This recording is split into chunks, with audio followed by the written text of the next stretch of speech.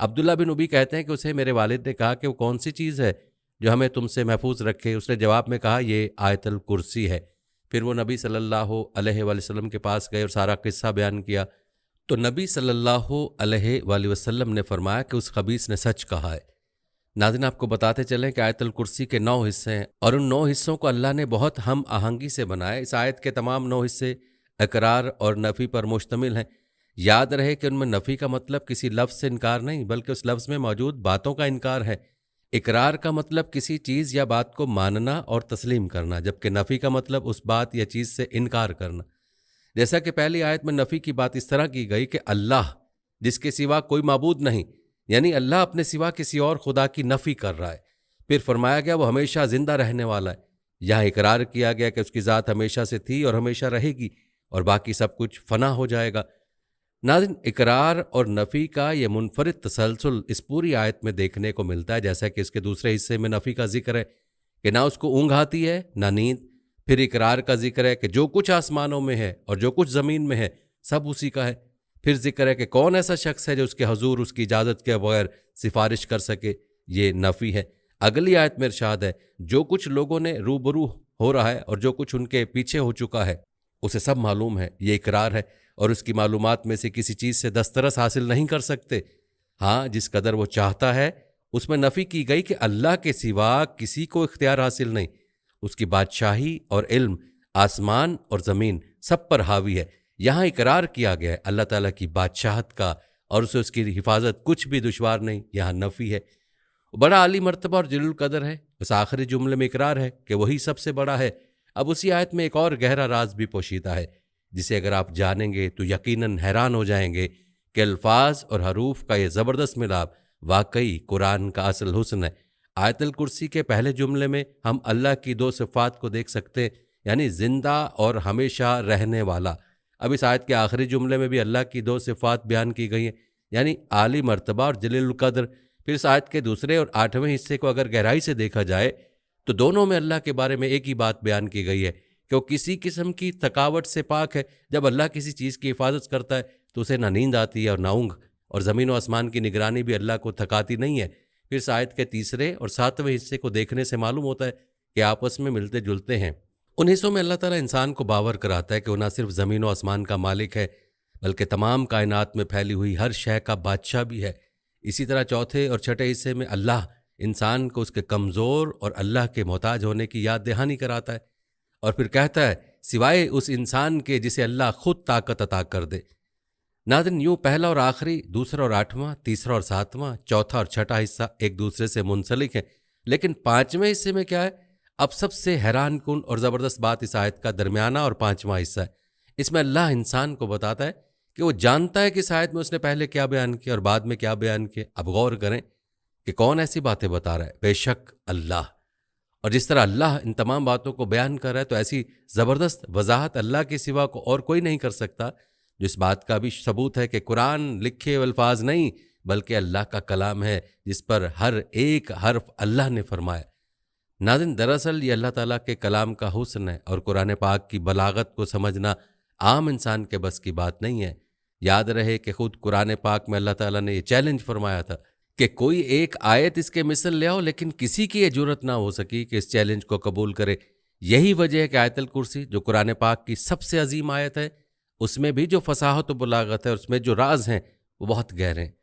ناظرین، امام احمد رحمہ اللہ بیان کرتے کہ ہمیں محمد بن جعفر نے عثمان بن عتب سے حدیث بیان کی کہ عتاب کہتے ہیں کہ میں نے ابو السلیل کو یہ کہتے ہوئے سنا کہ نبی صلی اللہ علیہ وسلم کے ایک صحابی لوگوں کو حدیث بیان کیا کرتے تھے، حتیٰ کہ لوگوں کی تعداد بہت زیادہ ہو گئی تو وہ گھر کی چھت پر چڑھ جاتے اور یہ حدیث بیان کیا کرتے تھے کہ رسول اکرم صلی اللہ علیہ وسلم نے فرمایا قرآن مجید میں کون سی آیت سب سے زیادہ عظمت کی حامل ہے؟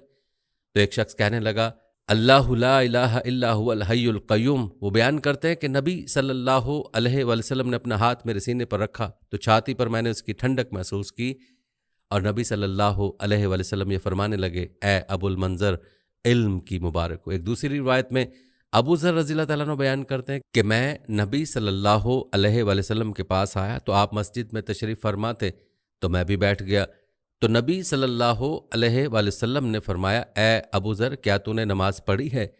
میں نے نہیں میں جواب دیا تو نبی صلی اللہ علیہ وآلہ وسلم فرمانے لگے اٹھ کر نماز پڑھو۔ میں نے اٹھ کر نماز ادا کی اور پھر بیٹھ گیا تو نبی صلی اللہ علیہ وآلہ وسلم فرمانے لگے اے ابو ذر، انسانوں اور جنوں کے شر سے پناہ طلب کرو۔ وہ کہتے ہیں کہ میں نے رسول اکرم صلی اللہ علیہ وآلہ وسلم سے کہا کہ کیا انسانوں میں بھی شیطان ہوتے ہیں؟ تو نبی صلی اللہ علیہ وآلہ وسلم فرمانے لگے جی ہاں۔ میں نے کہا نماز؟ تو نبی صلی اللہ علیہ وآلہ وسلم فرمانے لگے یہ اچھا موضوع ہے، جو چاہے زیادہ کر لے اور جو چاہے کم کر لے۔ وہ کہتے ہیں میں نے کہا روزے کے بارے میں؟ نبی صلی اللہ علیہ وآلہ وسلم فرمانے لگے فرض ہے، اس کا اجر دیا جائے گا اور اللہ تعالیٰ کے ہاں اور زیادہ اجر ملے گا۔ میں نے کہا کہ اللہ کے رسول صلی اللہ علیہ وآلہ وسلم صدقہ؟ تو وہ کہنے لگے اس کا اجر ڈبل سے بھی زیادہ ہوتا ہے۔ میں نے کہا کون سا صدقہ بہتر ہے؟ تو فرمایا قلیل اشیاء کے مالک کا صدقہ، اور یا پھر فقیر کو چھپا کر دینا۔ میں نے کہا اے اللہ کے رسول صلی اللہ علیہ وآلہ وسلم سب سے پہلا نبی کون تھا؟ فرمانے لگے آدم علیہ السلام۔ میں نے کہا اے اللہ کے رسول کیا وہ نبی تھے؟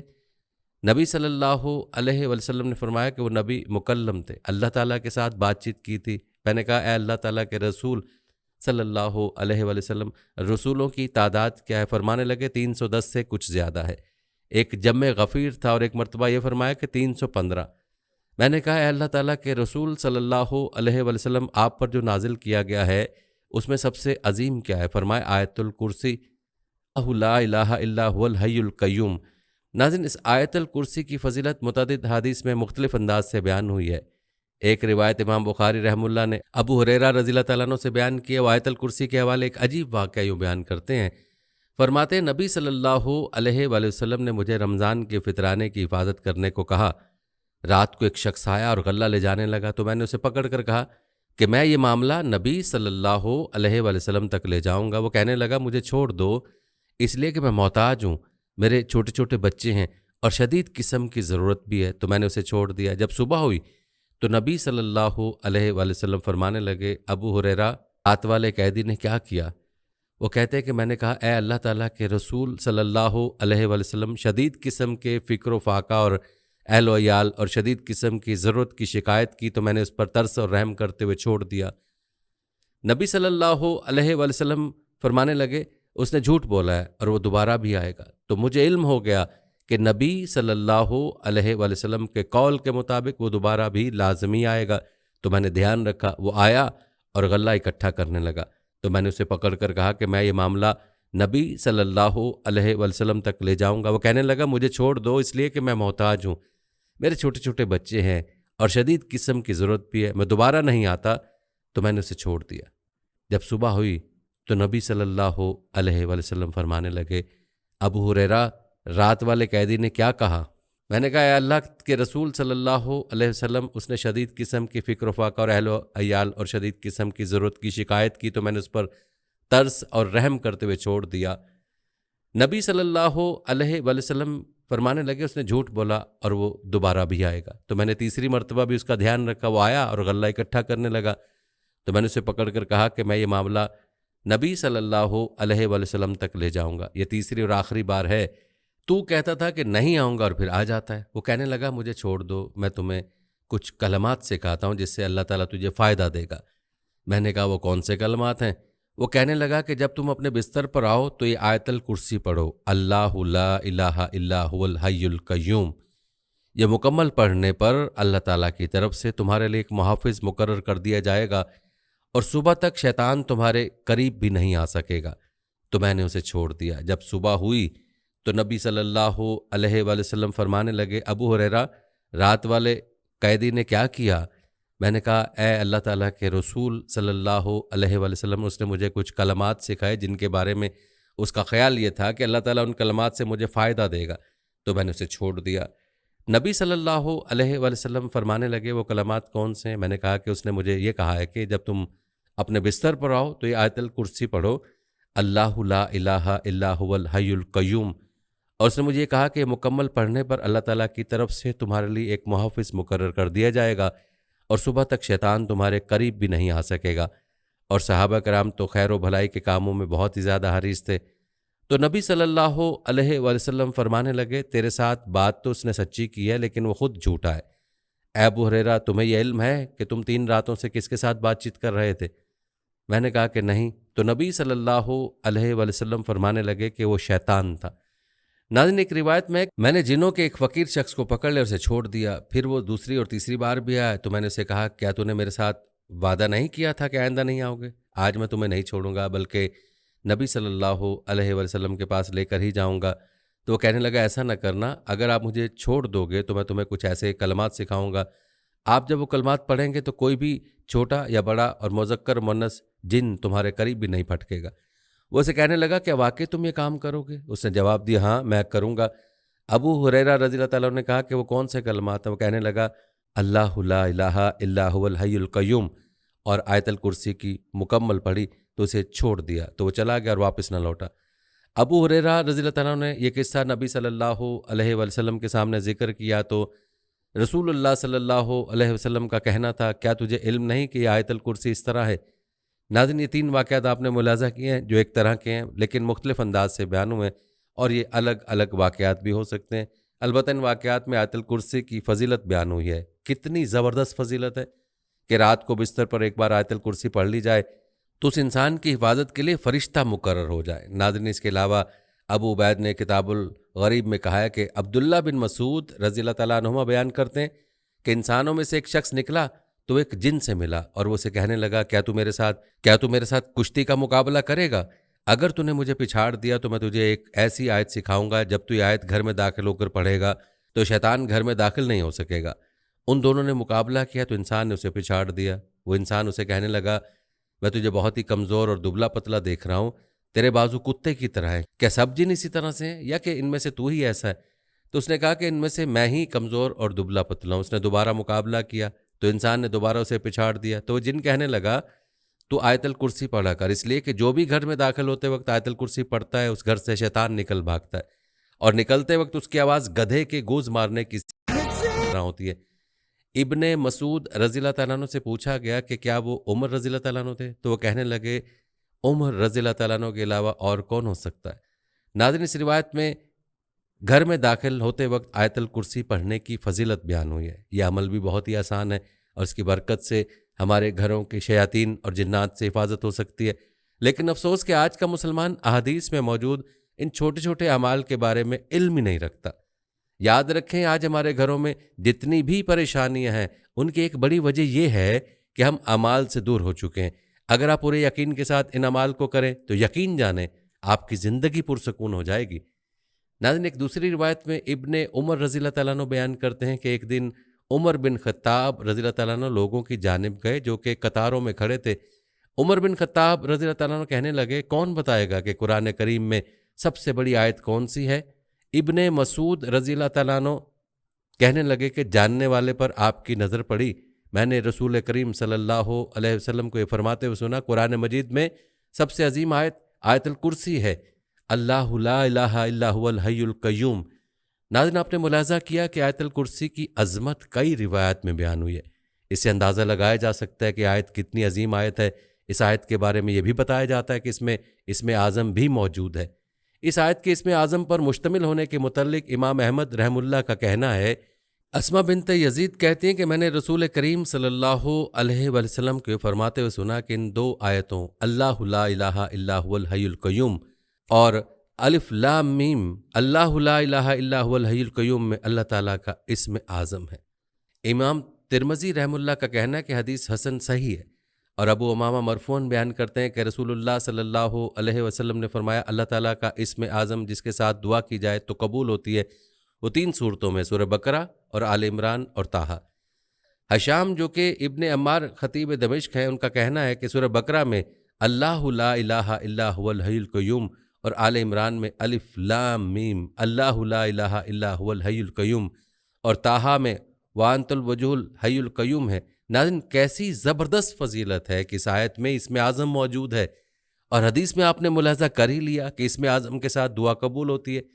تو ایسے بہن بھائی جو اکثر دعا نہ قبول ہونے کی شکایت کرتے ہیں، ان کو چاہیے کہ دعا سے پہلے آیت الکرسی پڑھ لیا کریں، اس کے وسیلے سے دعا مانگیں، انشاءاللہ دعائیں قبول ہوں گی۔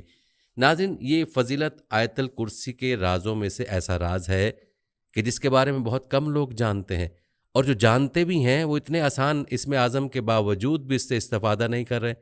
تو ناظرین، آپ آج ہی سے آیت الکرسی کو اپنی دعا کا حصہ بنائیں اور اس اسم اعظم کے وسیلے سے دعا مانگیں، انشاءاللہ آپ کو دعائیں قبول ہوں گی۔ ضروری ہے کہ دعا کی قبولیت کی باقی شرائط کا خیال بھی رکھا جائے۔ ناظرین، آپ کو بتاتے چلیں کہ اس توحید کی اہم آیت میں 10 جملے ہیں۔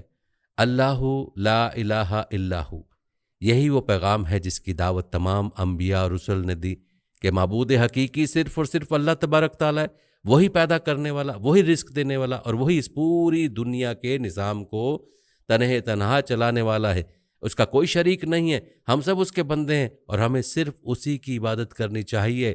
وہی مشکل کشا، حاجت روا اور ضرورتوں کو پورا کرنے والا ہے۔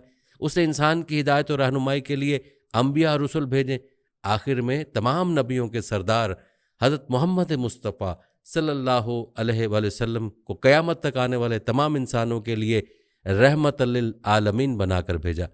الحی القیوم، لفظ حیو کے معنی ہے زندہ، یعنی اللہ تبارک تعالیٰ ہمیشہ زندہ رہنے والا ہے اور وہ موت سے بالاتر ہے۔ اللہ تعالیٰ کے سوا ہر چیز ہلاک اور فنا ہو جانے والی ہے۔ ناظرین، یاد رہے کہ قیوم مبالغہ کا صیغہ ہے، جس کے معنی ہے وہ ذات جو خود اپنے بل پر قائم اور دوسروں کے قیام و بقا کا واسطہ اور ذریعہ ہو۔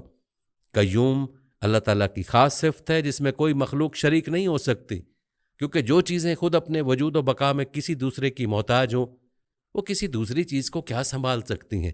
اس لیے کسی انسان کو قیوم کہنا جائز نہیں ہے، لہٰذا عبد القیوم نامی شخص کو صرف قیوم کہہ کر پکارنا غلط ہے۔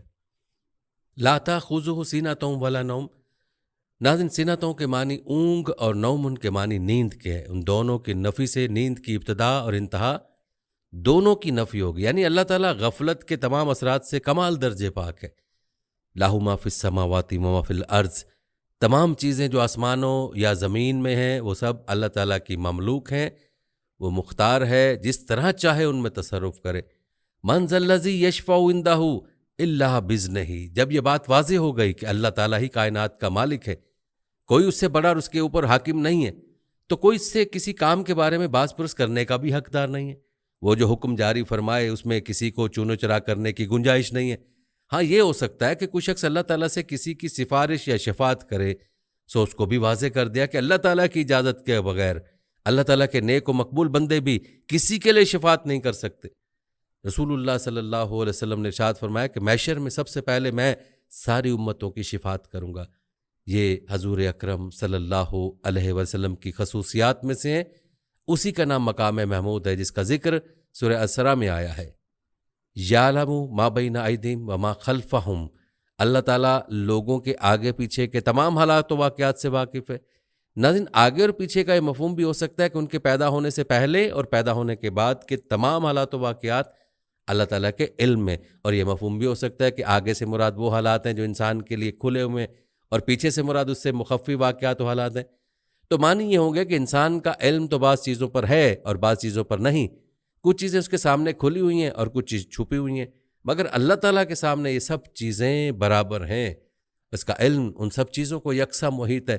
وَلَا يُحِيطُونَ بِشَيْءٍ مِّنْ عِلْمِهِ إِلَّا بِمَا شَاءَ، انسان اور تمام مخلوقات اللہ تعالیٰ کے علم کے کسی حصے کا بھی احاطہ نہیں کر سکتے، مگر اللہ تعالیٰ ہی خود جس کو جتنا حصہ علم عطا کرنا چاہیں صرف اتنا ہی اس کو علم ہو سکتا ہے۔ اس آیت میں بتلا دیا گیا کہ تمام کائنات کے ذرے ذرے کا علم محیط صرف اللہ تعالیٰ کی خصوصی صفت ہے، انسان یا کوئی مخلوق اس میں شریک نہیں ہو سکتی۔ واسع کرسی السماوات والارض، یعنی اس کی کرسی اتنی بڑی ہے کہ جس کی وسعت کے اندر ساتوں آسمان اور زمین سمایوں میں۔ اللہ تعالیٰ نشست و برخاست اور حیث و مکان سے بالاتر ہے۔ اس قسم کی آیات کو اپنے معاملات پر قیاس نہ کیا جائے، اس کی کیفیت و حقیقت کا ادراک انسانی عقل سے بالاتر ہے۔ البتہ صحیح حدیث سے اتنا معلوم ہوتا ہے کہ عرش اور کرسی بہت عظیم الشان جسم ہیں جو تمام آسمان اور زمین سے بدرجہ بڑے ہیں۔ علامہ ابن کثیر نے بروایت حضرت ابو ذر غفاری نقل کیا کہ انہوں نے حضور اکرم صلی اللہ علیہ وسلم سے دریافت کیا کہ کرسی کیا اور کیسی ہے؟ آپ صلی اللہ علیہ وسلم نے فرمایا، قسم ہے اس ذات کی جس کے قبضے میں میری جان ہے کہ ساتوں آسمانوں اور زمینوں کی مثال کرسی کے مقابلے میں ایسی ہے جیسے ایک بڑے میدان میں انگشتری کا حلقہ یعنی چھلا ڈال دیا جائے، اور بعض احادیث میں ہے کہ عرش کے سامنے کرسی کی مثال بھی ایسی ہے کہ جیسے ایک بڑے میدان میں انگشتری کا حلقہ یعنی چھلا۔ ناظرین، بعض روایت میں کرسی سے مراد حضرت عبداللہ بن عباس رضی اللہ تعالیٰ عنہ سے علم منقول ہے، بعض حضرات سے دونوں پاؤں رکھنے کی جگہ منقول ہے۔ ایک حدیث میں یہ بھی مروی ہے کہ اس کا اندازہ بجز باری تعالیٰ کے اور کسی کو نہیں۔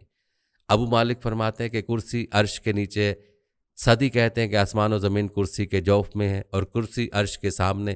حضرت عبداللہ بن عباس رضی اللہ تعالیٰ عنہ فرماتے ہیں کہ ساتوں زمینیں اور ساتوں آسمان اگر پھیلا دیے جائیں تو بھی کرسی کے مقابلے میں ایسے ہوں گے جیسے ایک چھلا کسی چٹیل میدان میں۔ اسی طرح ابن جریر کی ایک مرفوع حدیث ہے کہ ساتوں آسمان کرسی میں ایسے ہیں جیسے 7 درہم ڈھال میں۔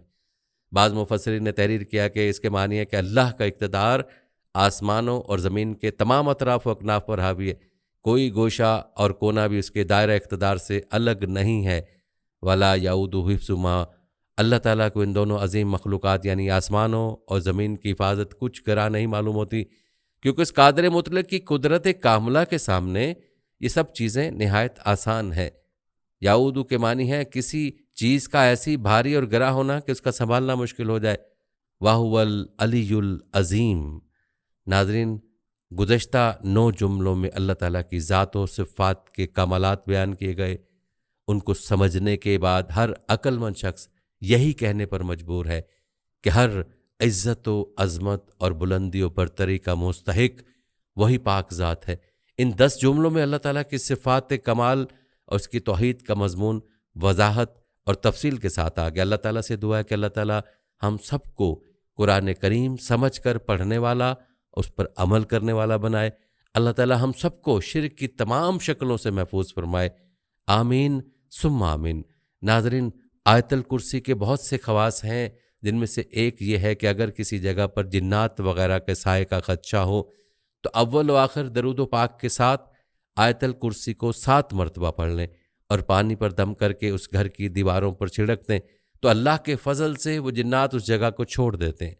ناظرین، اس کے علاوہ بھی آیت الکرسی کے بہت سے خواص اور وظائف ہیں، اس آیت کی بہت سے برکات ہیں، اس لیے چاہیے کہ اس آیت کی تلاوت کثرت کے ساتھ کی جائے۔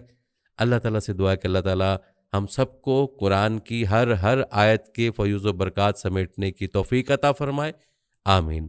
ناظرین، یہ تھی ہماری آج کی ویڈیو۔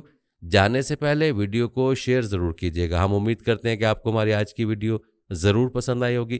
اگر آپ کو ہماری آج کی ویڈیو پسند آئی ہے تو سب سے پہلے تو اس کو لائک کریں اور اپنی رائے کا اظہار کمنٹ سیکشن میں لازمی کریں۔